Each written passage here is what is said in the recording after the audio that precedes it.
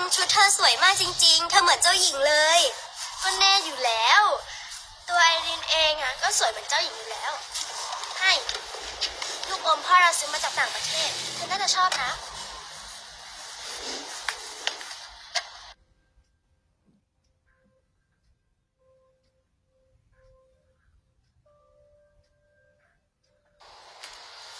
นี่พวกเธอหยุดพูดกันได้แล้วเงียบๆหน่อยได้ไหม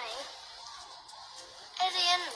ทำไมเธอเอาลูกอมของฉันไปให้ขอทานเนี่ยฉันไม่ได้ต้องการขนมพวกนี้ฉันให้ขนมคนจนไม่ได้หรอ